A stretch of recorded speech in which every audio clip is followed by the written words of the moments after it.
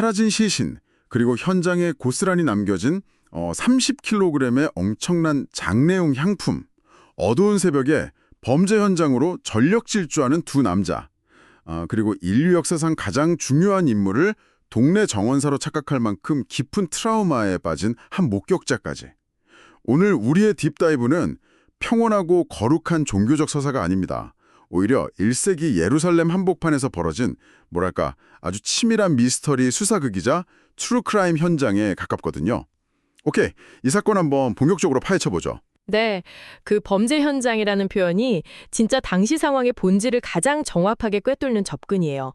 우리에게 익숙한 요한복음 20장의 부활절 아침 이야기는 사실 이미 결말을 다 알고 있는 현대인들에게나 매끄럽고 영광스럽지, 당사자들에게는 완벽한 혼돈과 공포, 그리고 범죄의 냄새가 물씬 풍기는 패닉의 현장이었으니까요. 맞아요.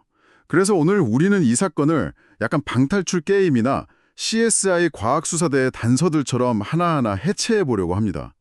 무덤이라는 현장에 덩그러니 남겨진 물리적 증거들, 또 목격자들의 엇갈리는 동선, 그리고 그 극한의 스트레스 상황에 놓인 인물들의 심리 상태까지 말이죠. 일단 사건의 발단은 십자가 처형이라는 끔찍한 공개 처형이 있은 후 안식일이 막 지난 첫날 새벽입니다. 제공된 자료를 보면 이 텍스트가 시작되는 시간적 배경부터가 예사롭지 않더라고요. 그렇죠. 요한이라는 기록자가 이 이야기를 어떻게 시작하는지 그 단어 선택을 유심히 살펴봐야 합니다. 텍스트는 안식 후 첫날, 아직 어두울 때라고 명시하거든요. 유대인들의 시간 개념에서 안식일이 끝났다는 건 낡은 한 주기가 완전히 종료되었다는 뜻입니다. 그리고 이어지는 첫날. 이건 성경의 구조를 아는 사람들에게는 아주 익숙하면서도 거대한 문학적 장치죠. 창세기를 떠올리게 하는 장치인 거죠. 정확합니다. 창세기가 쾌초에로 시작하고 흑암 속에서 빛을 부르며 첫날에 시작되는 것을 떠올려 보십시오. 지금 요한은 칠흑 같은 어둠 속에서 무덤이라는 죽음의 공간을 배경으로 이전의 질서와는 완전히 다른 새로운 창조가 막 태동하고 있다는 것을 이 짧은 시간적 배경을 통해 선언하고 있는 겁니다. 와, 어둠 속에서 시작되는 새로운 창조라. 하지만 현장에 제일 먼저 도착한 막달라 마리아는 그런 거대한 우주적 은유를 떠올릴 여유가 전혀 없었을 겁니다. 그녀는 그저 자기가 따르던 스승의 무덤을 맡고 있던 육중한 돌이 굴려져 있는 걸 발견해요. 그리고 곧바로 베드로와 요한에게 달려가서 이렇게 외치죠. 누가 주님을 무덤에서 가져다가 어디 두었는지 우리가 모르겠다. 저는 솔직히 이 대목이 참 흥미로워요. 빈 무덤을 보고 말씀대로 부활하셨구나 라고 생각한 게 아니라 가장 먼저 시신도난을 떠올렸잖아요. 당시의 시대적 배경이나 법적 배경을 이해하면 마리아의 그 반응이 지극히 합리적이고 논리적인 추론이었다는 걸 알 수 있습니다. 1세기 로마 제국이나 유대 사회에서 무덤을 훼손하고 시신을 탈취하는 것은 단순한 절도가 아니었거든요. 사형에 처해질 수 있는 극악무도한 반인륜적 범죄였습니다. 사형까지 당할 수 있는 중범죄였군요. 네, 게다가 죽은 자가 자신의 힘으로 다시 살아난다는 데이터 자체가 마리아의 머릿속에 존재하지 않았으니까요.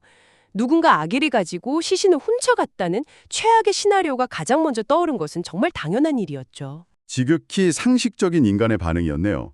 그래서 그녀의 다급한 보고를 받은 두 장정, 베드로와 그 다른 제자인 요한이 무덤을 향해 전력 질주를 시작합니다. 1세기 예루살렘의 좁은 골목길을 두 남자가 막 거친 숨을 물어쉬며 달리는 장면이 그려지는데요. 자료의 디테일을 보면 요한이 베드로보다 발이 더 빨라서 먼저 도착했다고 나옵니다. 그런데 요한은 무덤 입구에 멈춰서서 안을 들여다보기만 하고 들어가지 않아요. 반면 성격 급한 베드로는 뒤늦게 도착하자마자 망설임 없이 어두운 무덤 안으로 불쑥 들어가 버리죠. 맞아요. 그 두 사람의 성격 차이를 묘사한 것도 재밌지만 여기서 우리가 진짜 집중해야 할 것은 베드로가 무덤 안으로 거침없이 걸어 들어가서 두 눈으로 직접 확인한 결정적인 물리적 증거잖아요. 바로 그겁니다. 무덤 바닥에 남겨진 수의, 즉 세마포와 머리를 감쌌던 수건의 상태죠. 사실 시신은 없고 옷만 남았다는 건데 저는 처음에 이게 뭐 그리 대단한 증거인가 싶었거든요. 그냥 도둑이 옷은 벗겨놓고 알맹이만 가져갈 수도 있는 거 아닌가요? 거기서 물리적인 불가능성을 깊이 따져봐야 합니다. 당시 유대 귀족들의 장례 풍습을 살펴보면 시신을 눕히고 그 위에 세마포천을 미라처럼 단단히 감쌉니다.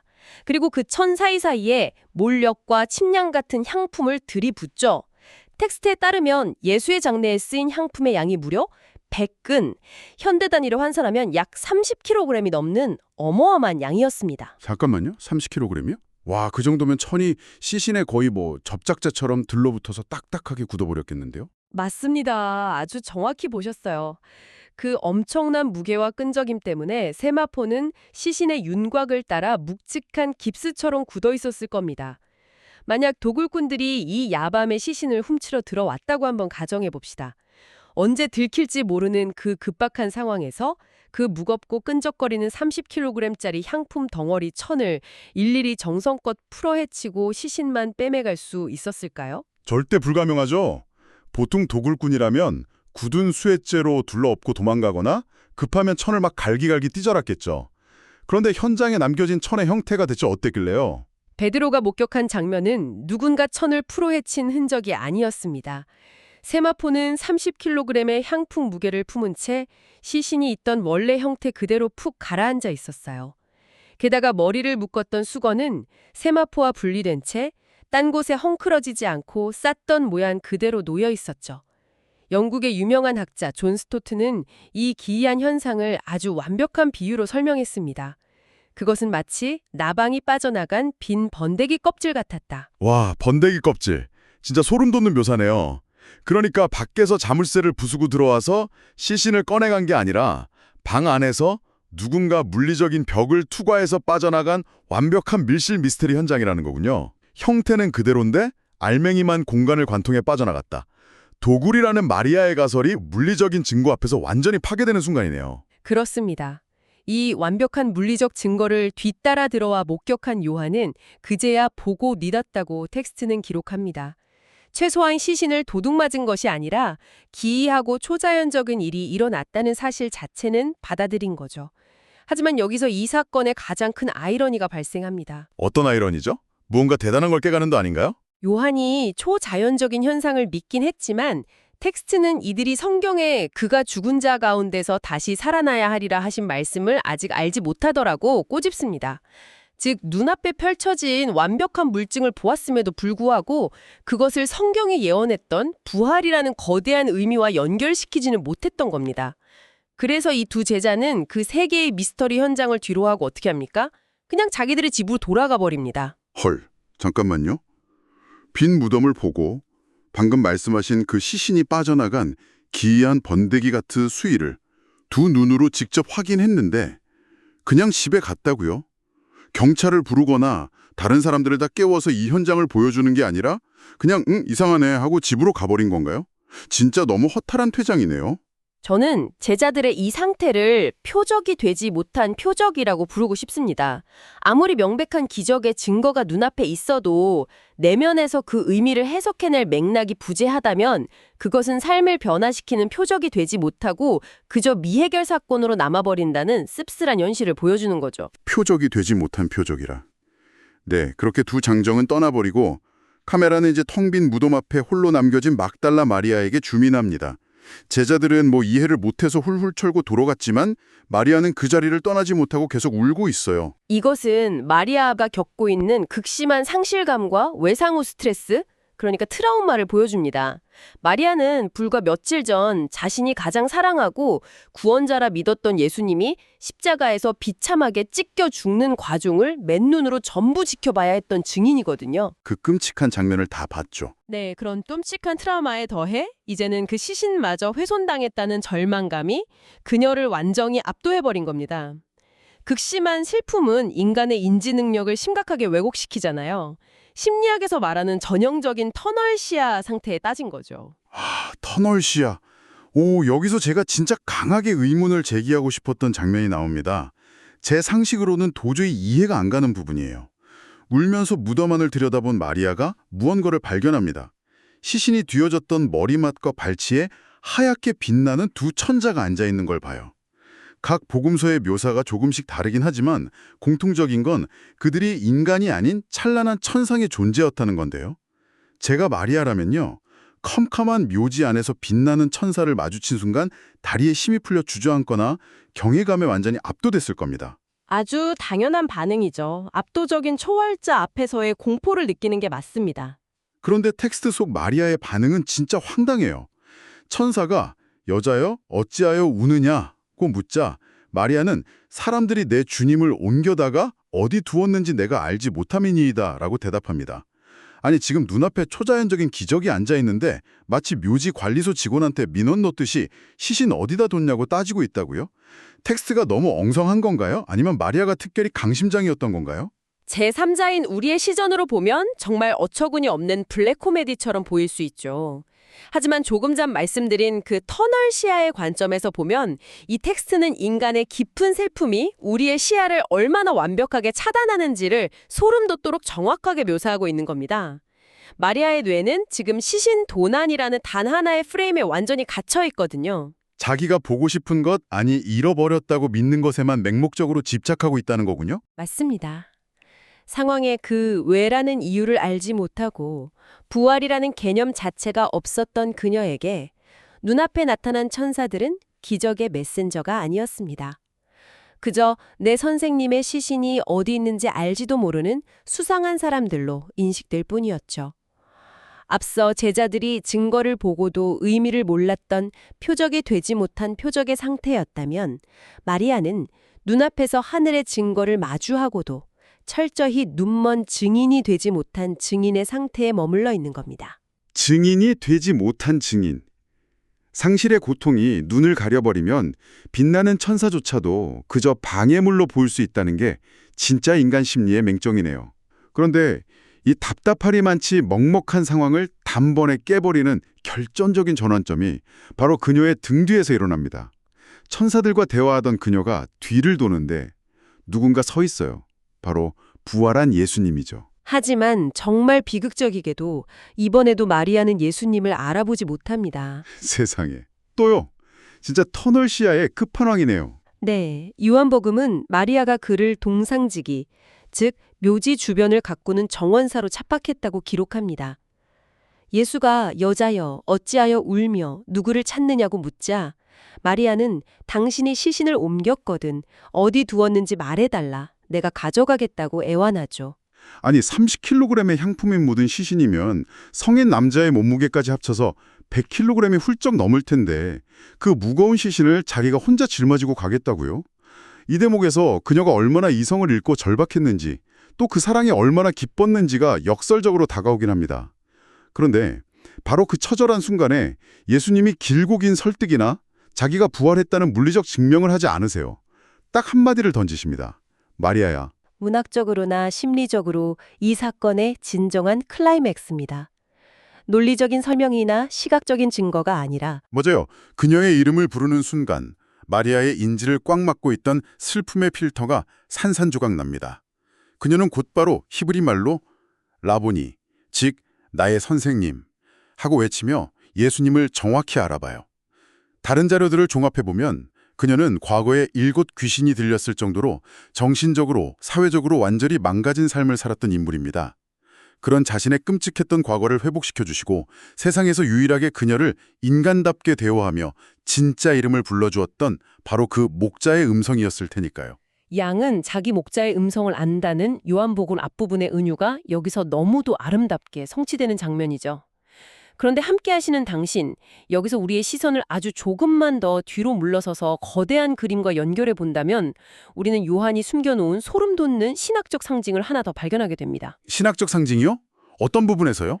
마리아가 처음에 예수님을 알아보지 못하고 어떤 직업을 가진 사람으로 착각했다고 했죠. 아, 무덤 주변을 관리하는 동산직이요. 그냥 아침 일찍 묘역을 서성이는 남자니까 묘지 관리인이라고 착각한 자연스러운 해프닝 아닌가요? 표면적으로는 시각적 오해에 불과합니다.